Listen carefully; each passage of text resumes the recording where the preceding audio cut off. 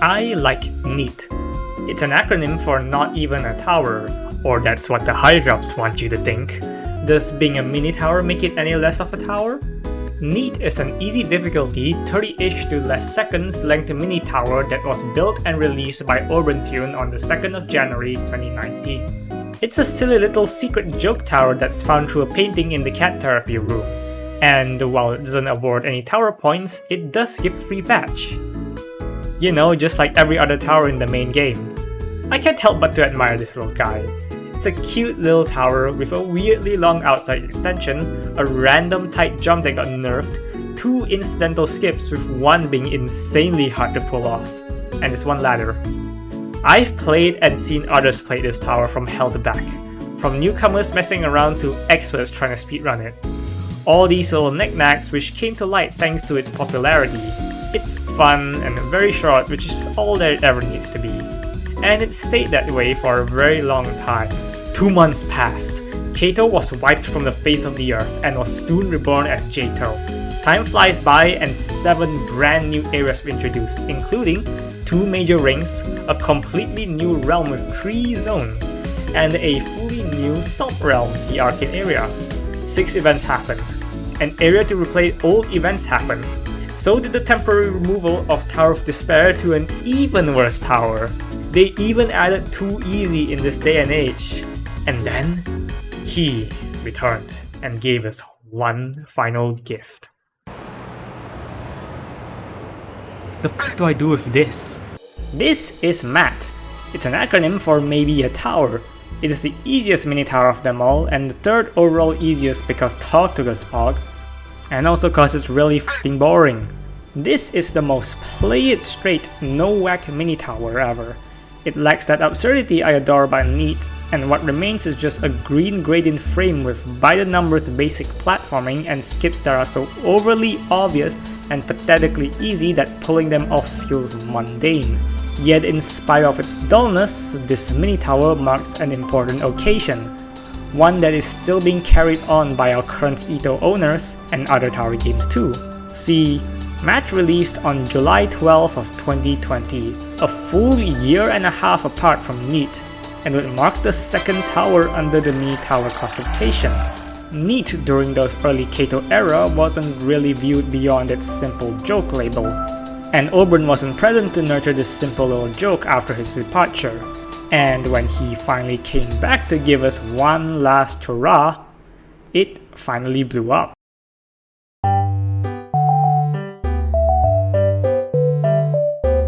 So what exactly is a mini tower? Well, according to the wiki, it is a teeny tiny structure with 5 floors sizing up to 20 studs in each axis, and considered as the smallest tower type of like the 5 tower types that exist, which have floors 5 times the size. But that's a boring surface level explanation that hardly explains the dread and misery you get playing them, so let me revise it.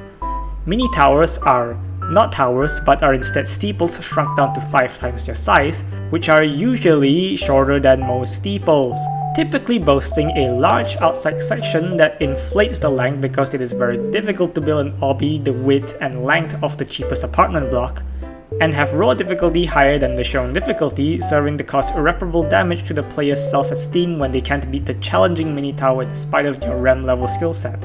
And it's not just that, they are also kept well hidden, which only affects the 1% of players that don't use the wiki to just find them. I'd say they're just Ito's excuse to making tiered obbies. But Champion Road exists, so even full towers aren't safe. There are a total of 26 playable mini towers in Ito, ranging from highly forgettable to highly intolerable, consisting of varying gameplay styles that brings into question their placement on the difficulty chart. What mini towers shall I bring up? Which ones will I intentionally omit? And which ones will spark a second long debate that I won't refute? Will I bring up Ball's Tower? Not all mini towers are cherished equally, that's a given. Quite a handful of them are just flat and boring and doesn't do anything that already hasn't been done. I've already mentioned how plain MAT is, and the only reason it's still somewhat kicking is only cause it's the 2nd mini tower of the game. You can't really say the same for mini towers like will be a tower, possibly a tower, or this is probably a tower. Sure, they look nice, but that's really all it has going for. They aren't necessarily bad. Hell, Will Be a Tower is a pretty solid purist heavy mini, but they are rather uninspired. They exist. Some have cool ideas that would have been far better than a full tower, and then you get something like 100 MT, which is so mindless and stupid, and genuinely I hate the 100 mil event so much, it's miserable. No. If I'm talking about minis, then I want the cream of the crop, the best of the best, the weirdest of the wackiest, the funniest of the fun. Or I can complain about them.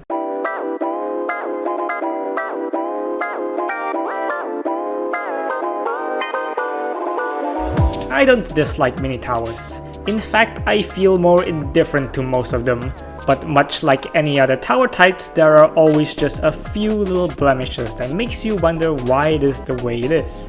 Take for instance, that portal color. This is Five Nights at Tower, a high-intense mini tower famously known for its trap-ridden outside sections, with mild innards comprising gameplay less intense, topped with a generous serving of SC gameplay under punishing outsides with extremely tight reps and poison. This is easier than totally a tower apparently. I believe most of us, including myself, wouldn't see this as high intense. With so many jumps that you'd see in a high ramp to SC tower, you'd probably argue that it should be rated in that range. But difficulty ratings for mini towers are different from the average towers, and that's because of how short it is. Length is a key aspect when it comes to difficulty rating. Take a tower like Verdant Entropy per se, and most people say it has a soul-crushing difficulty, but it is really short, making it a great learning bridge for those interested to push to those heights. Inversely, you could take a tower like Great Displeasure, which mostly has jumps that are close to challenging or lower difficulty, balanced out by its horrendous length and notorious number of outside sections and difficulty spikes. That's raw difficulty, which basically concerns the average difficulty across all jumps in the tower, no matter their length nor how punishing the fall is. Generally, the longer or more punishing the tower is, the lower its raw difficulty, and the inverse applies, giving mini towers its notorious difficulty mismatch. An apt example to compare mini towers to would be tiered obbies. Have you ever seen Ito difficulty to tier conversions and saw that, oh, tier 9 to 10 is of a remorseless range. I've beaten pretty much every remorseless tower, I should be able to do that. And then you come across a jump you'd see in a low catastrophic tower. To be fair, there really isn't an agreed upon consensus about how they should be compared or if they're even comparable, but my point is that they are both usually very short and have higher raw difficulty than what it's shown. This fact doesn't save FNAT from being an awful mini tower. But how about a more concrete problem like a mini tower's minuscule structure? This is totally a tower. The hardest canonical mini tower and only canon intense tower of any type outside of Arcane area to ban vertical mobility and boost items, sitting at a peak intense rating of 6.99. People spike this mini for that one outside section. It's lengthy, punishing, and has really scary and precise jumps, and I think it's the best part of this tower period. I really adore these all or nothing final stretches. Some of my favorite towers have them. They can really elevate an experience a lot by simply adding intensity and a great background track. And the best ones can make those falling moments feel less frustrating if getting back there is fun. The key word is fun. I hate the inside section of TAT. It is so incredibly condensed to the point of nausea. More than so, your camera will be wailing inside and outside the frame from how little space there is to navigate. Walls will block your line of sight and your camera constantly zoomed in and out from obstacles blocking your side and top view. Your best bet is to play in first person mode, but that introduces new problems. Unless you're playing top level obbying, in which first person mode pretty much becomes mandatory, playing in first person is miserable. Your line of sight is cut immensely, almost every jump becomes heavily dependent on memory and you're locked in shift lock mode. Really, no matter which mode you're in, you're gonna loop fail one way or another. Thankfully, there aren't many mini towers in Ito that does this. The worst you'll see is a minor section, and even then, they aren't as awful as TAT. Thankfully, the last mini tower with this cramped design was ITAT, and what happened to ITAT? Yeah, so in the move to revamp older towers to fit with modern standards, is this a tower was among the few chosen? Why, you may ask? Me too, I'm wondering. Maybe ITAT was changed to feel more in line with the other time loss minis? Maybe Gamma just needed an excuse to have a mini tower added to Summit of Memories? Or maybe ITAT is just bad. Modern ITAT is probably the most unique mini tower of the lot, notably for its quiz minigame segments. There are only a few of them scattered, and when I meant a few I meant like 3. Still had the time to make the quizzes randomized though. Hey, at least it had a reason to be replayed if you can tolerate highly technical platforming. Yeah, if you want to get down and beat this and the other time loss minis, don't, and secondly you need a lot of knowledge on mainly climbing tech. And also really, and I really emphasize, take your time and look at the surroundings. These minis demand good chain reaction timing. Probably the best example of this is the section past the safety net in WoW. It's a tower, which has about 30 seconds straight of chain reactions.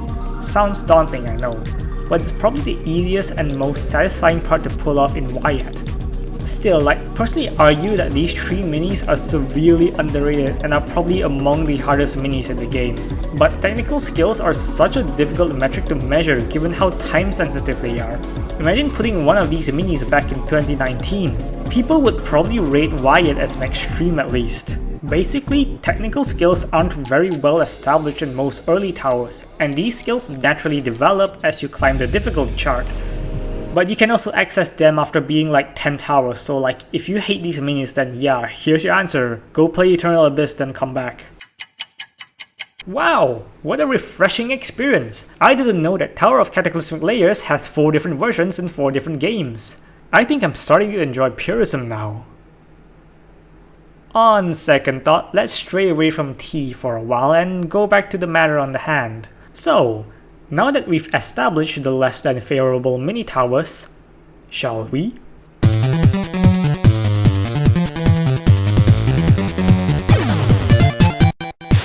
I'll be frank, there are very little standout minis to me, and those that usually do are hard to be even considered as one. Likely a tower was one of the first minis to defy normal conventions. Yeah, it just looks like that. Most of LAT's gameplay is built out from the frame and gives the much needed breathing room for the gameplay inside. Those insides are very sparse and the outsides do all the heavy lifting, and while LAT's gameplay isn't anything special, it shows that minis are evolving to build around its base limitations. You know, just like regular towers. To be fair, minis needed it more given how cramped they really are, and I'd say the bigger the better. Isn't that right, simply another normal tower amazingly? I'll be here for hours arguing how much outsides a tower can have before it's considered another floor. But I welcome it if the gameplay can be this entertaining.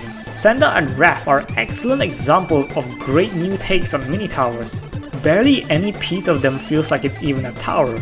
You'd have to squint to even realize where the frame is.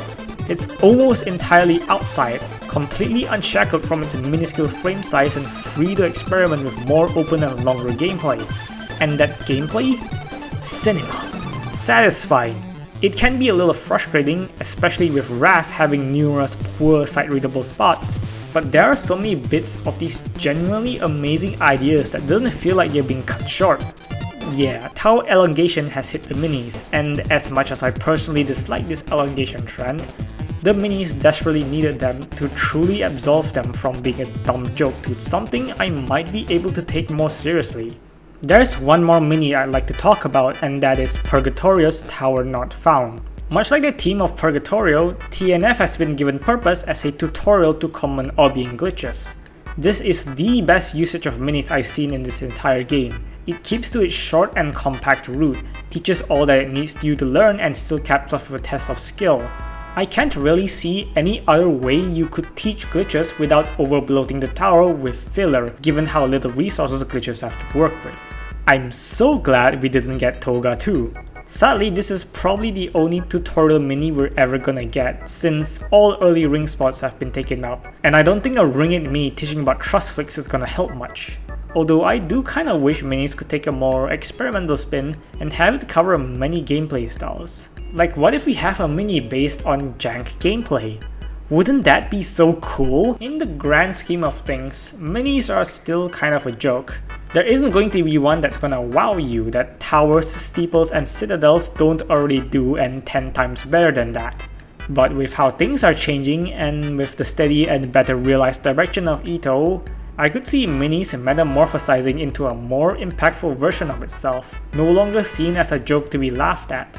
But that's at the hands of the dev team, and I am in no way to enforce that minis should be more meaningful and add value to the game. No matter what, I'd still play whatever shows up, no matter how good or bad it is. I'm just wasteful, I know. Just dear god, don't ever make another 100 mil event. Hey, thanks for watching, and congrats for making it this far. This video has been simmering for far too long, and I'm so sorry for keeping you guys waiting. This 1 year break from creating Ito videos hasn't really been much of a break for myself, truthfully. I've been on quite a hectic mental and physical health journey, which, if you're curious and also interested in a bit of self-criticism on this very video you're watching, I filled the descriptions with my ramblings. As for what's next, I have plans for another analysis video, but for now I'd like to sit back and do more gameplay videos. But no promises, since my education comes first and whatnot. Thank you very much again, and see you some other day.